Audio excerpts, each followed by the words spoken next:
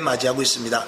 진리의 말씀 대신 예수는 변치 않사오니 하나님의 말씀을 잘 따라가게 하시고 변치 않는 하나님의 말씀, 약속의 말씀, 축복의 말씀을 놓치지 않도록 지혜를 허락하여 주시옵소서.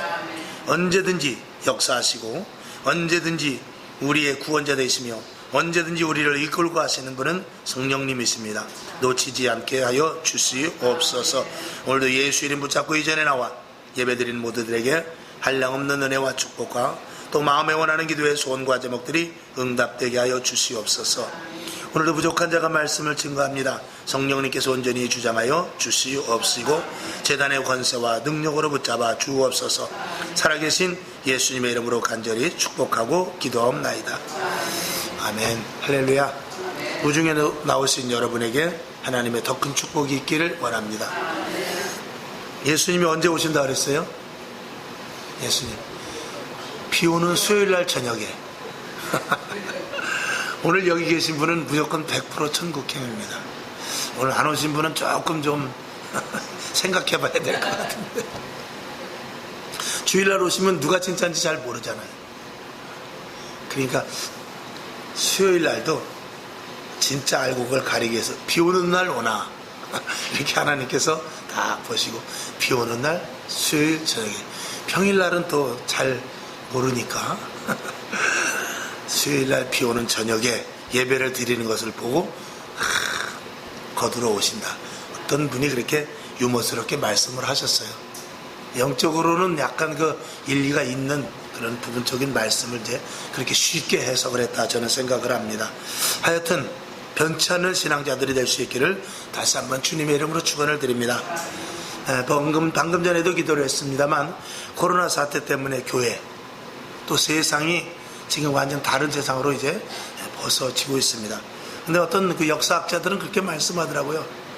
세계가 전쟁, 1~2차 대전 혹은 또 특판 개혁적인 일들, 자연의 큰 재해라든지 아니면은 지금과 같이 이렇게 재앙, 질병 이런 것들이 한 번씩 지나가고 나면은 좀 거기서 새로운 것들이 도출되어서 그동안 죄로 말미암아 그 인간의 욕망으로 말미암은 것들이 좀 부서지고 새롭게 시작되는 그 어떤 역사의 전환기가 되는데 그것이 실질적인 역사다, 이렇게 말씀하시는 분의 그 역사학자들의 이야기, 말씀을 제가 들어본 적이 있습니다만, 하나님께서 이런 일들을 통해서 세상 사람들이야 나름대로 해석을 하겠지만 우리 믿는 자들이 볼 때는 이런 일들을 통해서 믿음이 재해석돼야 되고 내 자신의 믿음을 다시 한번 테스트해 봐야 되고 여기서 내가 어떻게 정말 신앙생활을 해야 되는 것인가를 우리가 잘 바라볼 수 있다면 이런 코로나 사태는 정말 이런 일이 일어나서는 물론 안 되겠습니다만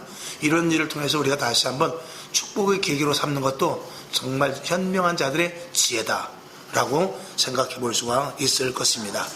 어쨌든 전혀 경험해 보지 못한 그런 이런 생활로 말미암아서 신앙의 뿌리가 막 흔들릴 정도로 아주 신앙이 뒤죽박죽 되어버린 그런 모습을 참 없잖아 볼 수가 있습니다.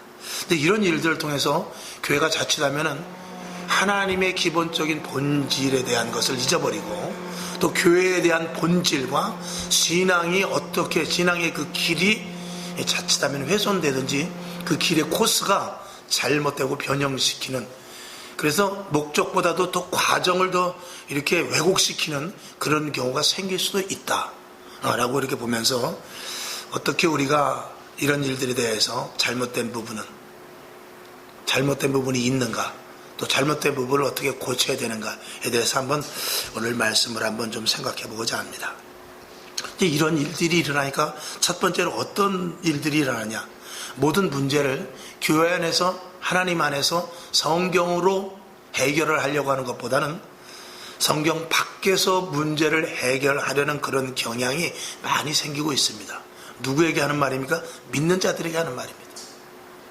교회로서의 답을 얻고 말씀 안에서 답을 얻고 기도 안에서 답을 얻는 것이 아니라 그동안 많은 기도를 하지 못하고 또 많은 기도를 했다 할지라도 또 자기 자신의 신앙 속에서 그렇게 정말 깊은 은혜의 단계에 가서 많은 체험을 했던 사람들은 이럴 때가 이 위기가 오히려 하나님을 더욱 깊이 있게 만날 수 있는 시간이다라고 생각하면서 더 주 안으로 들어오지만 그동안 기도를 좀 게을리하고 하나님의 말씀에 대해서 좀 부정적인 그런 편향을 갖고 있었던 사람들은, 또 믿음이 약했던 사람들은 자칫하면 교회 안으로 들어오기보다는 세상에서 급히 세상으로 나가서 세상의 그 돌아가는 형편과 사정으로 답을 얻으려고 하는 경향이 생길 수 있다는 것입니다. 그러니까 교회 안에서도 마찬가지입니다. 목회자들도 그렇고 성도들도 그렇고 교회 안에서 하나님이 원하는 원래적인 그 교리라든지 아니면 말씀의 핵심이라든지 이런 데서 답을 찾기보다는 본질에서 이 벗어나려고 하는 그런 경우가 많이 생길 수 있다는 것입니다. 그래서 우리가 이렇게 위기에 힘들고 이럴 때는, 지금 중국에서는 비가 보름 이상 와가지고 난리가 난 거 여러분 뉴스를 들어서 아실 것입니다. 그때 버티는 집은 어떤 집이냐? 튼튼하게 세워진 집만 버팁니다. 그리고 웬만한 집들, 물이 흘러내려오는 것보다 더 야치 있는 집은 어차피 떠내려갈 수밖에 없는 것이고, 그래서 우리가 이럴수록 무엇을 더 중시 여겨야 되느냐? 십자가에서의 구원이라든지 아니면 영원한 천국이라든지 하나님의 사랑, 그 다음에 성령의 충만함, 말씀에 대한 순종, 이런 본질로 빨리 돌아와서 그 기본이 얼마만큼 내가 되어 있나를 빨리 볼 수 있어야 돼요. 그래서 힘들면은 기도해야 되고, 답답하면 부르짖어야 되고, 또 시간이 되면 되는 대로 와서 더 하나님 앞에 나와서 예배드리고 성경 보면서 또 하나님과의 나와의 교제의 관계를 잇는 이런 것들을 계속 훈련하는 것이 이게 기본적으로 돌아와야 되거든요. 그래서 기본의 줄을 든든하게 갖는 것이 이게 가장 기본적인 일이거든요. 그런데 만약에 이런 일들이 일어났을 때 주의종도 그렇고 또 여러분이 성경을 찾아서 낭독을 한다든지 암송을 한다든지 하는 그런 규절 중에서도 단순히 그냥 환난을 두려워하지 않는다, 내가 병을 고쳐주리라, 혹은 숨겨진 보화를 주리라 등등 이런 것으로 해서 그냥 이 뿌리보다도 가지나 이파리만, 꽃만 보는 그런 외형적인 신앙으로서의 말씀이 전파된다든지 그런 말씀만 붙잡고 기도해서는 안 된다, 이런 것입니다. 물론 우리가 두려워 말아야죠. 물론 우리가 하나님께서 숨겨진 보화의 축복을 주시죠. 그러나 그 부분은 우리가 얼마만큼 신앙의 토대가 든든히 있는 사람에 한해서의 국한적인 것입니다. 왜? 위기 때에. 위기 때에 그런 것들을 주시려고 하는 것이거든요. 근데 신앙이 제대로 갖추어지지 않으면서 그렇게 헌신하라고 해도 헌신하지 않고, 예를 들자면 예배도 자기가 형편에 따라서 나오고, 그런 사람이 하나님 환난 때에 나를 구해 주실 줄로 믿습니다. 하나님 지금 우리 직장이 이게 사라졌는데, 우리 사업이 안 되는데 숨겨진 보화를 주실 줄로 믿습니다. 아무리 기도해봐야 이미 뿌리가 없고 믿음의 근간이 무너졌는데 그런 기도는 그렇게 유익이 될 수 없다라는 말씀입니다.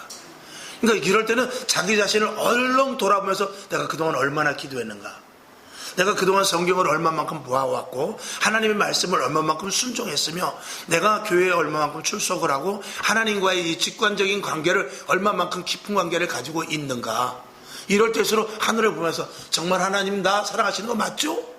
이런 정말 농담 아닌 농담의 고백이라도 할 수 있는 이런 믿음의 터를 갖는 것이 더 중요하다, 이런 것입니다. 할렐루야.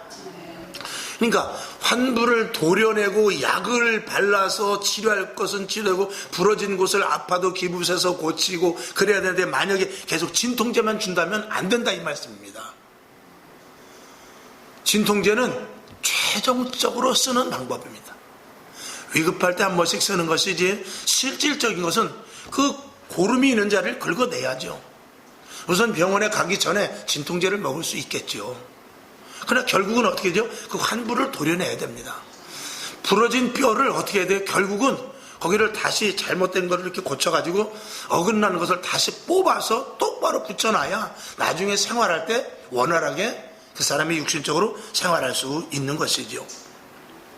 자, 그래서 한번 성경을 한번 우리가 보죠. 자, 이사야서 86장 7절을 한번 봅시다. 시작. 나의 환난 날에 내가 주께 부르짖으리니 주께서 내게 응답하시리라. 만약에 환난 날이 생겼다, 그랬을 때는 환난을 막아주십시오 라고 단순하게 기도하기보다는 주께 부르짖어야 되는데 어떤 응답을 받기 위해서 우리의 잘못된 부분이 있는가 하여 기도로 해야 된단 말이죠. 그 다음에 야고보서 5장 14절을 봅니다. 시작. 너희 중에 병든 자가 있느냐? 저는 교회의 장로들을 청할 것이요, 그들은 주의 이름으로 기름을 바르며 위하여 기도할지니라. 자, 병든 자가 있을 때 어떻게 하라고 했어요? 이 성경은 교회 장로들을 청하라는 것입니다. 이게 본질이에요. 그러니까 신앙이 힘들고 환란이 오고 이런 재앙이 올 때는 얼른 말씀의 본질로 들어가야 된다, 그 말씀입니다. 마태복음 4장 17절을 봅니다. 시작. 이때부터 예수께서 비로소 전파하여 가라사대 회개하라, 천국이 가까워왔느니라. 아멘. 예수 그리스도의 복음의 시작은 무엇입니까? 회개부터 시작해요.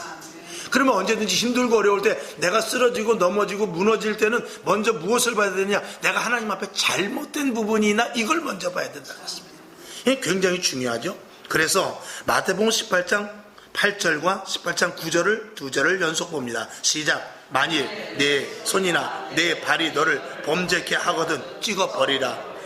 불구자나 절뚝발이로 영생에 들어가는 것이 두 손과 두 발을 가지고 영원한 불에 던지우는 것보다 나으니라. 만일 내 눈이 너를 범죄케 하거든 빼어버리라. 한 눈으로 영생에 들어가는 것이 두 눈을 가지고 지옥불에 던지우는 것보다 나으니라. 아멘. 자, 만약에 내 손이나 내 발이 범죄케 했어요. 자, 이렇게 재앙의 때에, 힘들고 어려운 때에, 정말 급박하여서 평안한 때가 아니란 말이죠. 이럴 때는 어떻게 되냐? 이 발이 범죄를 할 때 이 발을 끝까지 붙들고 있으면 안 되는 거예요. 손을 붙들고 있으면 안 됩니다. 자꾸 눈이 범죄하는데 그 눈을 붙잡고 있으면 안 되고, 천국을 향하는 성도가 마지막 때 환난과 역경과 어려움이 올 때는 얼른 그 다리를 잘라버릴 수 있는 용기가 필요한 것이죠. 이게 본질이에요. 그러니까 자, 내가 만약에 지금 사업이 어렵다, 또 직장에 어려움이 생긴다, 자녀들이 좀 속을 새긴다, 그랬을 때는 빨리 내 자신이 무엇이 잘못됐는가 돌아보고 내가 지금 하던 것을 멈추고 하나님 앞에 빨리 다리를 부러뜨려야 될 상황이면 내 다리를 부러뜨려야 돼요. 손을 잘라야 되면 손을 잘라야 됩니다. 그리고 눈을 빼는 상황이라면 눈을 빼야 돼요. 왜 그렇죠? 그래야 빨리 그 문제를 해결할 수 있기 때문에 그런 것입니다. 굉장히 이건 중요하지요.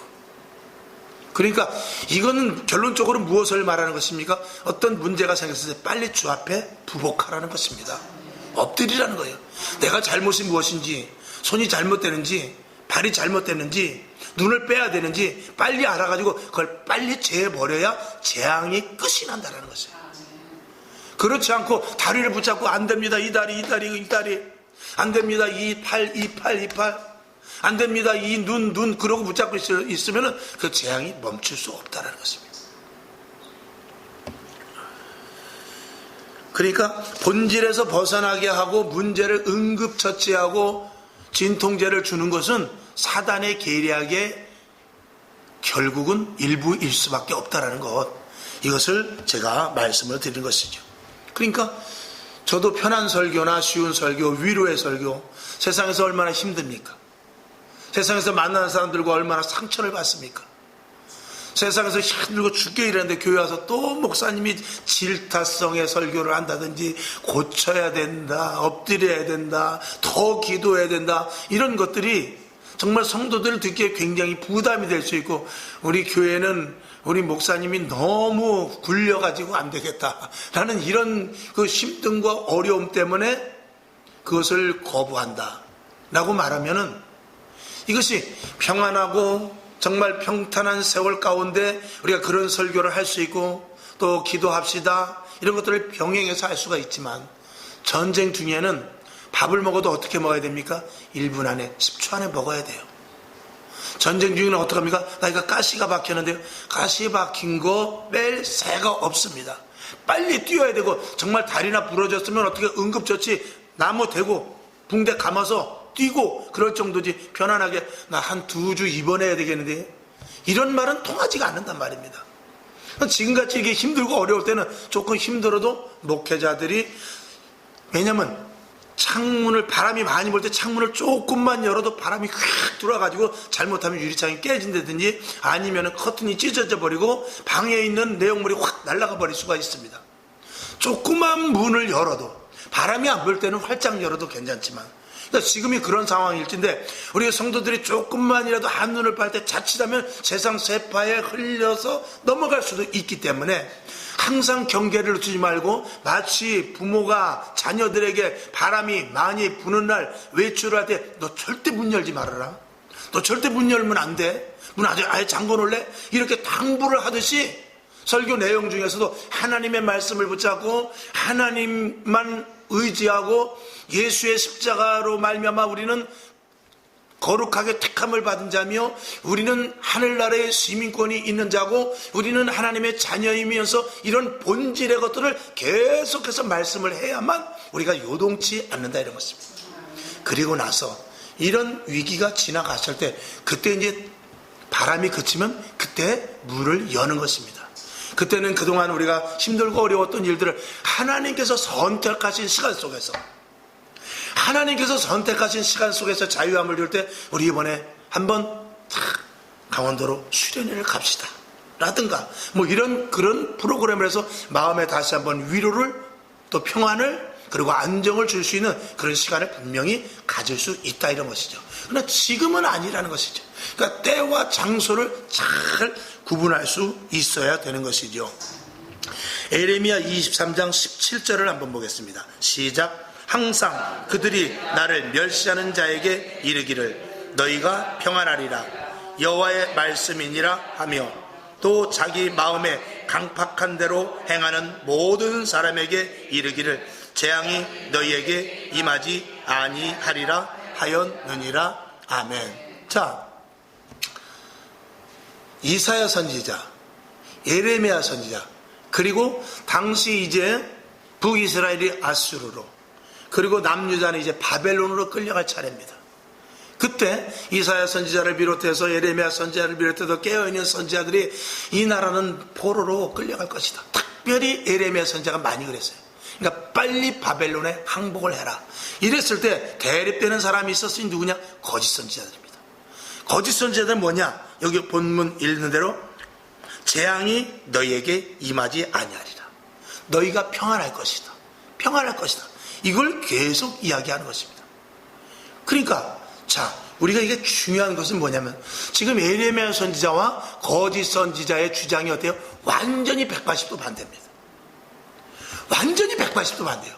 비슷한 방향으로 해서 나는 조금 이쪽으로 갔으면 좋겠는데, 아니야, 그래도 여기서는 이쪽 길이 좋아, 그게 아닙니다. 완전히 반대의 길입니다. 여기서 백성들이 결단하기가 굉장히 힘든 거예요. 자, 평안할 때는 재단에서 설교를 할 때도 거짓 선지자가 됐던, 오늘 성경 본문이라면 예를 들어서 예레미야 선지자가 됐던, 이사야 선지자가 됐던, 그 거짓 선지자가 됐던, 평안할 때는 하나님은 공의로우신 분입니다, 여러분이 하나님의 말씀을 순종하면은 복을 주십니다, 그리고 만약에 여러분들이 불순종을 하면 하나님께서는 재앙을 내리십니다, 이 말씀을 거짓 선지자나 예레미야 선지자, 이사야 선지자나 똑같이 전할 수 있고 받는 사람들도 다 아멘으로 받아요. 그런데 풍전등화와 같이 이렇게 바벨론으로 곧 끌려가기 임박한 이 시대에는 이게 극명하게 나눠지는 거예요. 그때는 거짓 선지자들은 너희가 하나님의 말씀을 듣지 않으면 죽을 것이다, 이 말은 안 하는 거죠. 그리고 하나님은 복이 하나님이니까 걱정하지 마시고 하나님은 평안을 주시는 분입니다, 이렇게만 설교한단 말입니다. 이때 에레미야 선지자나 이사야 선지자는 그때는 평안을 이야기하지 않습니다. 하나님은 복 주시는 하나님입니다, 이걸 말하기보다는 비중을, 예를 들어서 5대5의 비중이었다면 9대1 혹은 8대2 혹은 9.5대 0.5 이런 식으로 해서 지금은 엎드려야 됩니다, 기도해야 됩니다, 하나님 앞에 무릎을 꿇어야 됩니다, 바벨론에 빨리 가서 항복해야 됩니다, 이것만 계속해서 강조하니까 평안할 때는 설교 내용이 비슷해요. 근데 환난 때는 점점 이게 가면서 완전히 말씀이 반대로 돼버린단 말입니다. 그러니 지금 시대도 마찬가지예요. 이제 점점 그런 시대가 옵니다.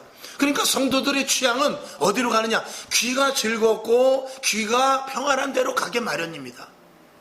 믿음이 없고 깨어있지 않은 성도는 그쪽으로 가게 마련이고, 위기의식을 느끼고 주의 종과 같이 성령 충만하여 이 시대를 분별하여 볼 수 있는 사람은, 저 말씀은 지금 아닌데, 지금 저럴 때가 아닌데, 지금은 깨어 기도할 때인데, 지금 하나님의 진노가 임박해 있는데, 이걸 깨닫는 성도들은 말씀이 갈급한 거예요.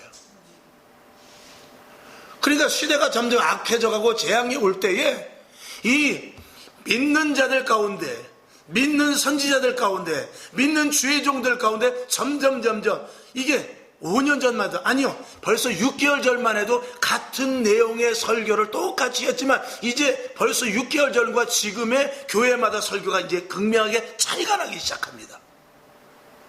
그 차이를 우리가 잘 발견해서 성도들은 어떨 때는 구별할 수 없을 때가 있어요.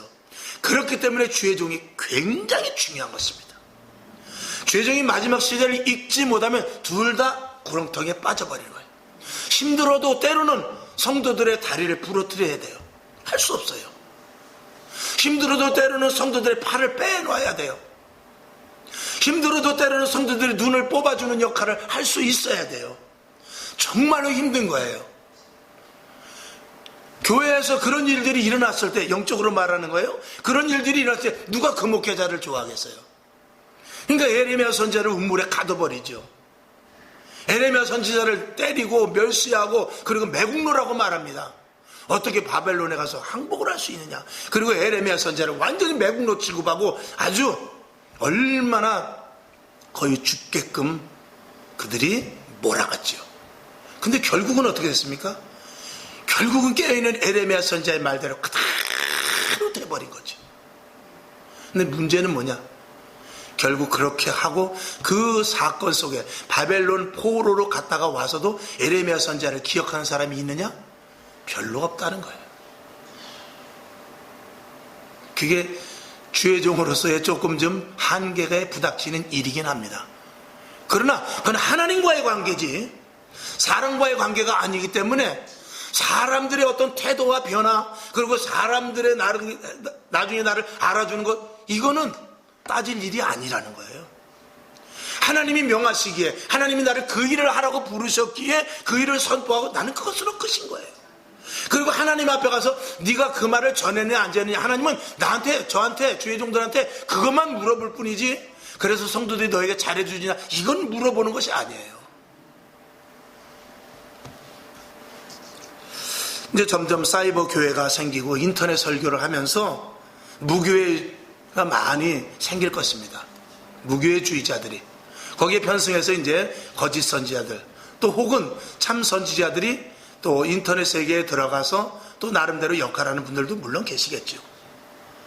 근데 그럴 때일수록 복음의 말씀이 어떻게 증거되느냐? 인터넷 세계에 들어가서도 끝까지 우리는 교회를 고수해야 됩니다. 지금은 이렇게 예배를 드리지만 우리는 언젠가는 교회를 세워야 됩니다.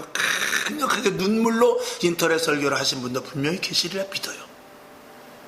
그러나 어쨌든지 간에 사이버 교회나 인터넷 설교를 통해서 자칫하면은 오히려 신앙이 어떻게 됩니까? 지식의 신앙이 되고 머리의 신앙이 되지 이 몸의 신앙이 되지를 않아서 결국 영적으로 흐려지는, 그리고 영적으로 약화되는 그런 그리스도인들이 된단 말입니다. 교회는 무엇이 필요합니까? 하나가 되어서 서로 먹고 마시고 나누고 교제하고 헌신하고 봉사하면서 또 용서하고 내 것이라 여기지 않으면서 서로 안아주고 하나가 되는 게 교회거든요. 그래서 교회 오면은 헌금도 드려야지요. 교회 오면 청소도 해야죠. 교회 오면 주방에도 들어가야죠. 교회 오면 또 조직을 가지고 구역예배도 해야 되고요. 교회 오면 원래 모여서 안건도 하고 행사도 하고 이렇게 해야죠. 그래서 이 몸으로 예수 그리스도의 일을 할 수 있게끔 해야 되는데 이 몸이 싹 빠져버리고 머리, 생각으로만, 지식으로만 예배를 드리고 이 인터넷상에서만 서로 교제만 하지 몸으로 하는 신앙이 빠지기 때문에 아주 힘없는 약화된 그리스도인이 될 수밖에 없는 것이 이 사이버 교회, 인터넷 설교의 최대의 약점이 될 수 있는 것입니다. 저는 그런 생각을 한번 해봐요. 조금 좀 재력이 된다면 홈페이지를 하나 만들어서 아예 그냥 사이버 교회를 하나 아예 제일 먼저 만들어서 그 사이버 교회 그 인터넷 아주 홈페이지를 딱 만들어 놓고 뭐 용량이 많으면은 유튜브 같은 데를 빌려가지고 링크 걸면 되니까 그렇게 해서 우리가 다시 교회를 살려야 됩니다. 다시 교회를 세워야 됩니다. 이거 인터넷 예배는 안 됩니다. 그것만 집중적으로 하는 그런 어떤 그냥 차라리 그런 인터넷 교회를 하나 만들었으면 하는 생각도 해봐요. 왜냐면 누군가는 그걸 해야 되지 않을까 그런 생각이 들더라고요. 인터넷 예배, 사이버 교회, 인터넷 설교, 이거는 성도들의 신앙을 아주 비둔한 자로 만드는 것입니다. 아주 손을 자르고 발을 자르는 성도로 만드는 거예요. 큰일 나는 것입니다. 자, 그 다음에 두 번째로는 이 교회의 자의적 선택, 즉 무슨 말이냐면은 이 교회가 이런 코로나 위기 사태가 생겼을 때 어떻게 해야 될 것을 어디서 찾아야 되느냐, 혼자 찾지 못할 때가 있습니다. 물론 하나님께 기도하고 성경 말씀을 보면서 우리 교회가 어떤 방향으로 나아가야 되는가 이것을 알아야 되지만 대한민국에는 한 5만 교회가 있습니다. 그러면 또 미국에 한 3, 4만 교회가 3, 40만 교회가 있습니다. 그리고 세계 100만 교회가 있어요. 그러면은 우리가 지금 이런 코로나 사태 속에서 성령님께서 이 100만 교회를 어떻게 움직이는가? 대한민국의 50만 교회 중에서 큰 교회들, 명성 있는 목회자들, 그동안 영향력을 가졌던 주회종들, 또 교단들이 어떻게 이것을 대처해 나가는지를 뚜렷하게 보여줘야 되거든요. 근데 그런 양상이 하나도 없다 보니까 어떻게 지침도 없고, 저희도 우리 총회에서도 다른 지침 없어요. 그냥 무슨 지침만 오냐? 이번에 이만저만해서 코로나 사태로 잠정적으로 총회를 보류합니다. 또 지방에서도, 노회에서도 이만저만해가지고 잠정적으로 이번 달은 지방에 원래를 하지 못합니다. 그런 것만 오지. 그리고 코로나 사태 잘 주의하시고 정부 방역에 잘 이렇게 협조하셔서 그저 이 코로나 사태가 촉기 종식되도록 기도합시다. 여기까지예요. 이럴 때일수록 어떻게 기도하고, 이럴 때일수록 교회는 어떤 사명을 감당해야 되고, 이럴 때일수록 교단끼리 뭉쳐서, 이럴 때일수록 한국교회가 뭉쳐서 어떻게 나가야 됩니다는 이 방향 제시성이 한 건도 없단 말입니다. 그러니까 이 개교회가 알아서 하다 보니까 교회 목회자가 아무리 강력하다 할지라도 30만 명의 교회라 할지라도 혹은 지하에서 있던 한 명의 성도와 함께하는 목회자가 됐든지 간에 모두가 다 단독이 돼버릴 수밖에 없어요. 그렇게 됐을 때는 힘이 없어져 버리는 것입니다.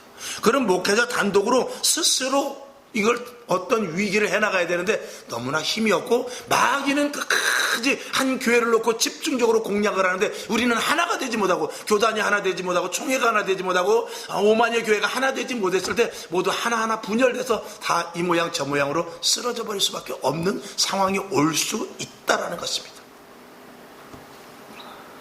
그러니까 개교회가 이런 경우도 있죠. 아유, 이거 뭐 코로나 사태가 오니까 이거 뭐 누구 말도 들을 거 없고 우린 이렇게 해나가야 되겠다고 자체적으로 빨리 눈치 있게 빨리 하는 그런 목회자 류. 그 다음에 또 한 류는 조금 전에 말씀을 드린 대로 어떤 지침도 없고 멘토도 없고 그러니까 그냥 할 수 없이 자기 혼자 이 강구책을 해나가는 그런 목회자들이 이렇게 두 종류로 나뉠 수가 있습니다. 그러나 어쨌든지 간에 그렇게 되니까 이 말씀을 선포하고 앞으로 교회의 방향 제시에 대해서 제한적일 수밖에 없는 것이에요. 예를 들어서 뭐 단적으로 자, 우리가 이번에 여름 성경학교를 한다 그러면 교사들도 수련회도 좀 보내고 그렇잖아요. 또 구역장 세미나 같은 구역장 세미나도 좀 갔다 와야 되고 또 때는 여름 수련회에서 기도원도 2박 3일 갔다 온다든지 이런 것들을 해야 되는데 그런 모든 것들조차도 없어져 보니까 교회 자체에서 무엇을 하겠어요. 큰 교회는 나름대로 어떤 방향을 자기네가 한다고 하지만 큰 교회도 모이지 못하잖아요. 작은 교회는 큰 교회가 해야 거기에 합류해서 하는데 그것도 못하잖아요. 그러다 보니까 교회가 자체가 이게 개교회가 점점 약화돼 버리고 마는 거예요. 그러니까 교회 수만 4만 5만 교회지 대한민국의 교회가 나중에 이제 몇 6개월 뒤에 몇 교회로 줄어들지 아니면 교회 이름은 있는데 유명무실한 교회가 될 수도 있음을 말씀을 드리는 것입니다.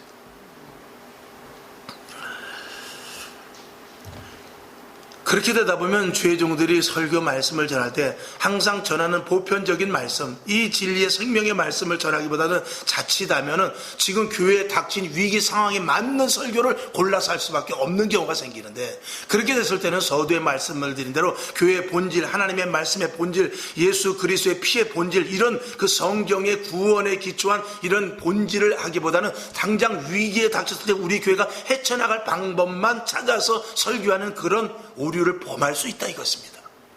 그렇게 되면 처음에는 진통제와 같이 기도하고 힘을 낼 수 있을지 모르지만 그 본질의 설교가 이렇게 입력되지 못했을 때 그 교회가 결국 진통제가 효과가 떨어지면은 다시 아픈 것과 마찬가지로 진통제 하나를 먹다 그 다음에 두 알 먹어야 되고, 두 알 먹어도 안 되면 아침에 먹고 저녁에 먹어야 되듯이 이게 교회가 굉장히 엄청난 진통제만 계속 투여하는 듯한 그런 약화된 교회가 될 수 있다는 것입니다. 참 저도 그래요. 성도들도 몇 명 안 되는데 맨 그런 설교만 해서 혼자만 그냥 속상한 것 같지 않나 그런 생각을 하지만, 그럼에도 불구하고 제 자신이 저에게 들으라고 하는 부분도 분명히 있습니다. 왜? 성도가 하나가 됐든 만 명이 됐든 내가 바로 서지 않으면 안 되기 때문에 그렇습니다. 주의 종이 바로 서지 못하면 한 명의 성도도 끌고 가지 못합니다. 주의 종이 바로 서지 못하면 만 명이 기도를 한다 할지라도 주의 종이 잘못되면 만 명 다 쓰러지고 마는 것이거든요. 그 다음에 세 번째로 어떤 현상이 생길 수 있느냐, 성도들의 삶이 이중적인 삶이 될 수 있어요. 성도가 세상과 교회와 기준이 이제 점점 달라집니다. 아까 선지자들의 이야기를 했어요. 에레미야 선지자, 이사야 선지자와 거짓 선지자들의 180도 아주 완전히 극과 극에 서는 그런 경우가 생겼다고 그랬어요. 근데 이게 교회와 세상이 그렇게 됩니다. 교회에서는 교회 안으로 들어와야 된다고, 세상에서는 아닙니다, 세상의 방법이 더 맞습니다, 이러고 말할 때 믿음이 없는 이들은 혼돈이 올 수밖에 없어요. 야, 이거 교회 가야 되냐 말아야 되냐, 뉴스를 보면 가면 큰일 나겠고, 목사님 말씀 들으면 그래도 교회를 가야 되겠고, 여기에서 이 성도들의 혼돈이 계속 올 수밖에 없는 것입니다. 그래서 교회에서 확실한 기준을 잡아주는데 하나님의 말씀, 성령의 인도하심, 강력한 영성이 없이 하나님의 말씀을 잡아주지 못하면은 성도들은 흔들릴 수밖에 없습니다. 그러니까 첫째는 듣든지 아니 듣든지 바르게 본질의 말씀을 전해야 되고, 두 번째는 듣지 않고 이탈된다 할지라도 듣는 이들을 위하여서 계속해서 그 말씀을 해서 최후에 남는 자가 있을 것으로 알고 결국 남는 자를 위해서 계속적인 그 말씀을 선포할 수밖에 없는 것입니다. 중간에 몇 명이 유실되어 나간다고 해서 이렇게 설교하면 안 되겠구나 하고 다시 원 본질의 설교가 아닌 진통제와 같은 설교를 한다면 둘 다 놓치게 되는 것이죠.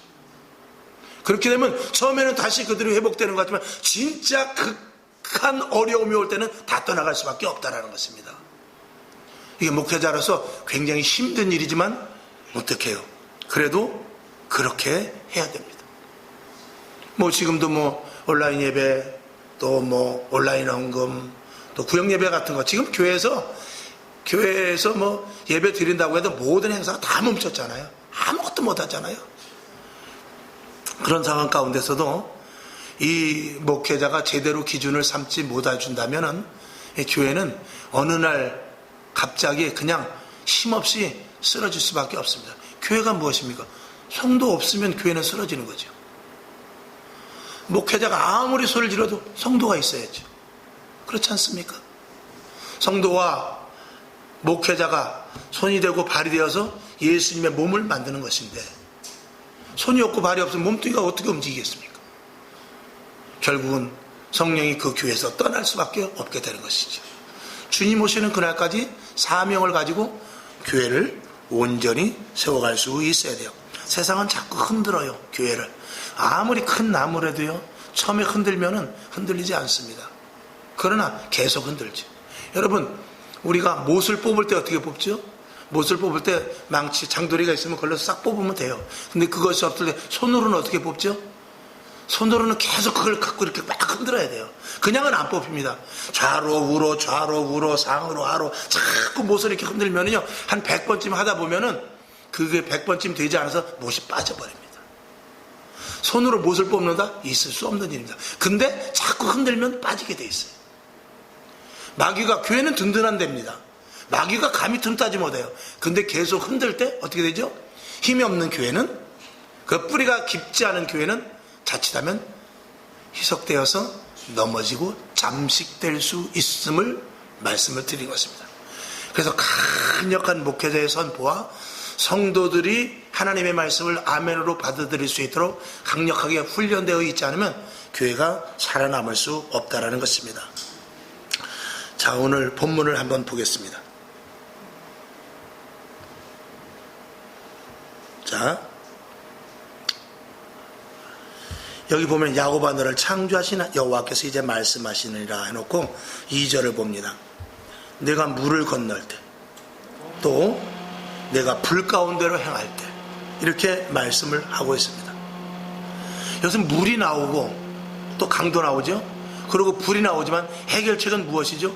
물을 꺼주는 것도 아니고 불을 소멸시키게 소화기를 내가 주겠다가 아니라 내가 무엇을 하겠답니다. 내가, 하나님이 하시겠다는 것입니다. 그러니까 물이나 불이나 문제는 달라요. 근데 해답은 뭐죠? 오직 하나님이라는 거예요. 우리는 문제에 따라서 답이 틀립니다. 근데 하나님은 어때요? 어떤 문제든지 오직 하나님, 오직 예수라는 거예요. 그걸 성경에서 말하고 있어요. 우리는 문제가 물질에 대한 문제일 수도 있어요. 건강에 대한 문제일 수 있어요. 자녀에 대한 문제일 수도 있고, 뭐 취업의 문제, 혹은 또 영적으로나 육적으로나 모든 문제가 있을 수 있지만, 그런 모든 것들의 문제의 해답은 뭐냐? 오직 예수뿐이라는 거예요. 주님 앞에 나와서 하나님 앞에 아뢰는 것 외에는 다른 방법이 없다라는 것입니다. 우리로서 해결되지 않는 모든 것들을 다 하나님께서 맡아 주관해 주신다는 것입니다. 그 답은 어디서부터 찾느냐? 바로 7절에 보면 내 영광을 위하여 창조한 자를 오게 하라. 그들을 내가 지었고 만들었느니라 해서 답이 나오는 것입니다. 내가 어떻게 해서 내가 지었고 만들었다는 것입니다. 그러니까 43장 1절에 대로 너는 내 것이라. 여기서 그냥 답이 나오는 것입니다. 너는 내 것이기 때문에 책임은 누가 지느냐? 내가 지겠다는 것입니다. 물 가운데 있든 불 가운데 있든 영적인 문제든 육적인 문제든 그 오직 모든 문제는 하나님께서, 아버지께서 책임을 지시겠다는 것입니다. 그러니까 우리의 모든, 여러분이 재앙이 지금 일어나고 있지요. 자, 지금 앞으로 이제 코로나 사태 이후에 또 요즘 또 북한에서 시끌벅적하죠. 북에 대한 문제 아주 가중입니다. 가중으로 계속해서 지금 요즘 난리가 났죠. 언제 어떻게 아주 정말 일촉즉발의 위기에 있어도 과언이 아니라고 생각합니다. 그런데다가 또 무슨 문제가 있습니까? 코로나 사태가 혹시 종식된다 할 때도 경제적인 엄청난 쓰나미가 몰려올 거예요. 그건 여러분들이 뉴스를 통해서도 기본적으로 상식으로 다 아실 것입니다. 그런 문제의 답은 무엇입니까? 북한 문제 해결이 우리나라가 핵을 갖는 것입니까? 물론 그건 정치적인 방법의 좋은 방법일 수 있어요. 자, 코로나 사태를 어떻게 해야 되죠? 방역 처리를 잘해야 되는 것, 가장 좋은 문제죠. 경제적으로 일어나는 것 어떻게 해야 됩니까? 경제 수장을 잘 뽑아가지고 정말 아주 이 경제를 묘미 있게 잘 이끌고 가면 될 수 있으리라 믿지만, 그 모든 문제에 우리는 오직 하나입니다. 무엇이죠? 오직 하나님이에요. 오직 하나님이고 오직 예수님 외에는 우리는 답이 없다라고 아예 생각을 하는 것입니다. 제가 아시는 분이 그 택시를 하는 분이 있어요. 택시를 하는 분이 제 친구인데 저랑 나이도 거의 동갑이에요. 어떤 분이 택시를 탔는데 뭐라고 그러느냐, 나이가 아마 그분도 한 60 정도였는데, 코로나 2차 지원금 언제쯤 나올래나 그러더라는 거예요. 한 60, 한 5세 정도 됐을 것 같아요. 70 조금 안 됐을 것 같아요. 그래서 요번에 타서 쓰셨잖아요. 그러니까 그건 뭐 금방 쓰지 뭐. 또 2차 준다는 말인데 그거 언제 줄래나? 이러고 있다는 거예요. 그러니 이게 대한민국의 사람들의 이 의식이 얼마만큼 지금 다운되어 있느냐 이거예요. 의식이. 근데 그거는 괜찮아요. 괜찮으면 안 되지. 안 되죠. 그것도 안 되지만 영적인 의식이 얼마만큼 떨어져 있느냐를 우리가 봐야 돼요. 온라인 예배 드렸으니까, 구역 예배는 안 드렸으니까, 교회도 잘 가지 않는데 이 기회에 좀 딴 일이나 좀 어떻게 해봐야 되겠다. 이런 것들이 이 영적인 의식이 급속히 낮아지는 것입니다. 감사하게도 새벽으로 계속 나오시는 분, 우리는 파트가 딱 갈라져 있죠. 또 저녁에 나와서 기도하시는 분, 새벽에 나와서 기도하시는 분, 이렇게 파트가 갈라져 있고, 또 두 번 다 나오시는 분들은 물론 있습니다만, 이런 것들이 저는 많고 적고를 따지는 것이 아니라 하나님께서 그 불을 끄지 않는 것에 감사한 거예요. 하나님께서는 상한 갈대도, 그리고 꺼져가는 등불도 끄지 않는다고 그랬어요. 등불의 기름만 누가 조달하고 있으면 되는 거예요. 그래서 10,000명이 모여서 기도하면 좋지만 단 한 명이 기도한다 할지라도 꺼져가는 등불을 하나님은 절대 끄시지 않는다고 그랬어요. 상한 갈대와 같다 할지라도 하나님께서 그 갈대를 꺾지 않는다고 그랬어요. 지금 그걸 보시는 거죠. 누가 보호하시죠? 아무리 바람이 불고 아무리 태풍이 오고 비가 와도 그 등불을 안 끈다는 거예요. 그러니 등불이 켜져 있나 안 켜져 있나 하나님은 그것만 지금 보러 다니는 것이지, 큰 불이냐 작은 불이냐가 아니에요. 불심지를 끄지 말라는 것이죠. 저는 그것에 대해서 너무나 감사하죠. 물이 엄몰하면 하나님께서 배를 주시는 게 아니에요. 불이 났을 때 소방수를 보내주는 것이 아니라 그냥 하나님이 하시겠다는 거예요. 하나님을 부르라는 거예요. 그때 하나님 뭔 했으니까 뭔 해주세요가 아니라 그냥 하나님을 부르라는 거예요. 홍해도 하나님이 가르쳤어요. 여리고성도 하나님이 가르쳤어요. 홍해 배를 저 멀리 보이지 않는 데서 시커먼 물체가 보이더니 점점 와가지고 보니까 큰 배더라. 이게 아니에요. 여리고성을 무너뜨리는데 저기서부터 막 그냥 먼지를 막 일으키면서 오는데 보니까 대포가 오는 것이 아니라 하나님이 하신 것입니다. 우리는 기도함으로 말미암아서 하나님께 요청할 때 하나님께서 우리를 통하여 기도하게 하시면 일은 누가 하시느냐? 하나님이 하시는 거죠. 왜 그런가요? 자, 성경을 한번 다시 보죠. 자, 에베소서 6장 12절을 보죠. 시작. 우리의 씨름은 혈과 육에 대한 것이 아니요 정사와 권세와 이 어두움의 세상 주관자들과 하늘에 있는 악의 영들의 대함이라. 아멘. 그러니 누가 싸우는 것이죠? 공중에서 악한 영들과 하나님의 천사와 싸우는 것입니다. 우리는 그 싸움을 할 수 있도록 기도하는 거예요. 하나님께 요청하는 거예요. 내가 싸울 수 없습니다. 기도원의 300용사 300명이 가기는 갔지만 실질적인 싸움은 누가 합니까? 주의 천사가 하는 것입니다. 엘리사가 있었지만 그 주위에 누가 있었어요? 불말과 불병거가 있었지 엘리사가 무슨 힘이 있습니까? 그 엘리사는 무엇하는 사람이요? 기도하는 사람이요. 하나님 앞으로 항상 창문만 열어놓고 있는 사람입니다. 저와 여러분도 오늘도 요청을 누구에게 하느냐? 오직 하나님께 할 때 공중에서 누가 싸우느냐? 하나님의 천사가 사단과 싸워서 문제를 해결시켜 주는 것입니다. 그게 중요한 것이죠. 자, 그 아주 직관적인 것이 바로 출애굽기 17장 12절이죠. 단적인 것이. 자, 봅시다. 시작.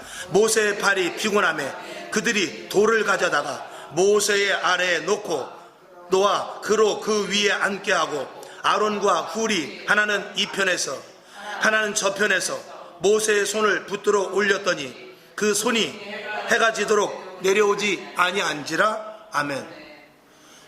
모세가 손을 들고 기도할 때는 아말렉과 싸워 이겼다라는 거예요. 근데 손이 내려가니까 지더라는 것입니다. 희한하죠. 모세의 손이 무슨 능력이 있습니까?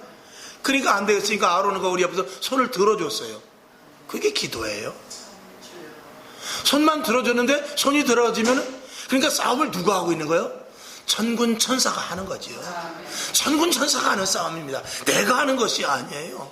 나의 힘, 나의 지식, 나의 계략, 나의 경험, 나의 것으로 하는 것이 아니라 주의 천군 천사가 악한 영들과 싸우고 있는 데서 이기느냐 지느냐, 이것이 관건인 것입니다. 오늘도 저와 여러분 여러 가지 많은 악재들이 계속 도울 수 있습니다. 그러나 우리가 이길 수 있는 것은 그 문제를 내가 어떻게 해결하지 고민하는 것이 아니라 하나님께 맡깁니다. 주님은 내 편이신 줄로 믿습니다. 내가 본질로 돌아가겠습니다. 나 기도할래요. 나 예배 빠지지 않을래요. 나 하루에 성경 3장씩 볼래요. 나 자녀들을 위하여 기도할래요. 그리고 교회를 위해서 기도하고 주의 종을 위해서 기도하고 나라 민족을 위해서 기도하고 앞으로 영원한 천국에 가기 위해서 성령 충만한 거룩한 신부로서 나 기도하랍니다. 이런 기본적인 것을 계속해서 갖출 때 하나님이 우리를 어떻게 하시겠어요? 점점 영화롭게 돼가거든. 점점 거룩한 백성이 돼가거든. 점점 성령 충만한 자가 돼가거든. 그러면 하나님의 보호하심과 인도하심이 그 눈빛이 어디로 가겠어요? 당연히 글로 가는 것이죠.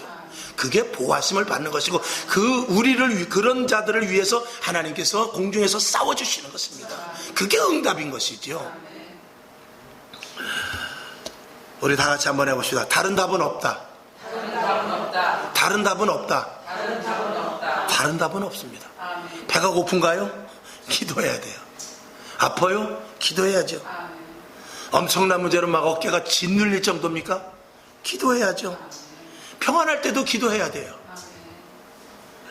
배고플 때 기도하면 먹을 게 오나요? 여러분, 기도하신 분들은 그런 경험들을 많이 해봤어요. 내가 뭐가 먹고 싶은데 희한하게 그 다음날 누가 사주는 경우도 있더라고요. 좀 우스운 예지만, 좀 유치한 예지만, 하나님께서 치료해 주시고 하나님께서 먹여주시고 하나님께서 문제를 해결해 주시며 하나님께서 평안과 기쁨을 주시는 거예요. 우리는 아무것도 할 수 없습니다.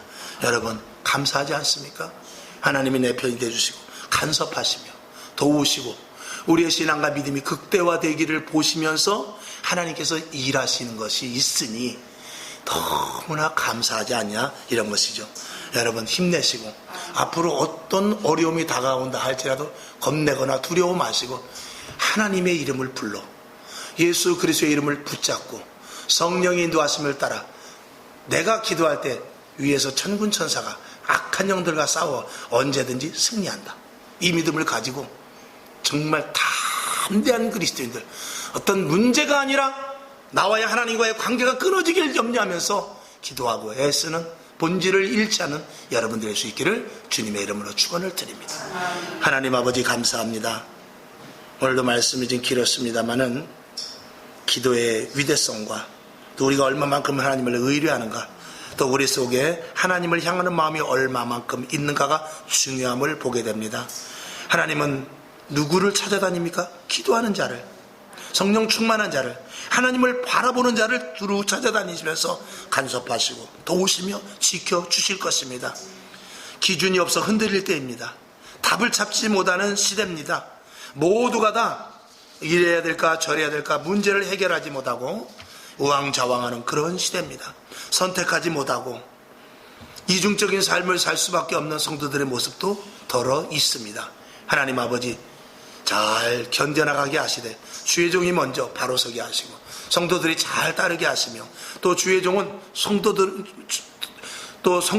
주의 종을 위해서 철저하게 기도해서 주의 종이 바르게 올바르게 진실하고도 하나님의 의도에 대해서 바르게 선포할 수 있도록 기도해야 됩니다. 하나님 아버지, 마지막 때를 이겨가는 우리 모두가 될 수 있도록 도우시고 이 밤에도 모인 저희들 영적으로 더 깨어있게 하시고 분별하게 하시고 날마다 잘 현명하고 하나님의 지혜 가운데 분별하여 결단할 수 있는 믿음자들 되게 하여 주시옵소서. 이 시간 내가 나사렛 예수의 이름으로 명하노니 방해하는 것들은 다 물러갈지어다. 아픈 것은 치료함을 입을지어다. 약한 부분들은 강하여질지어다. 성령님께서 함께 하시고 주의 천군 천사로 지켜 보호하여 주시옵소서. 살아계신 예수님의 이름으로 간절히 축원하고 기도하옵나이다. 아멘. 주기도문하고 말씀 생각하면서 생각나는 대로 잠깐 기도하고 일어나시기를 바랍니다. 하늘에 계신 우리 아버지여, 이름이 거룩히 여김을 받으시오며 나라의 임하옵시며 뜻이 하늘에서 이룬 것 같이 땅에서도 이루어지이다. 오늘날 우리에게 일용할 양식을 주옵시고 우리가 우리에게 죄짓 사하여 우리 죄를 사하여 주옵시고 우리를 시험에 들게 하지 마옵시고 다만 악에서 구하옵소서. 대개 나라와 권세와 영광이 아버지께 영원히 있사옵. 기도하옵나이다. 아멘. 하나님 아버지 감사합니다.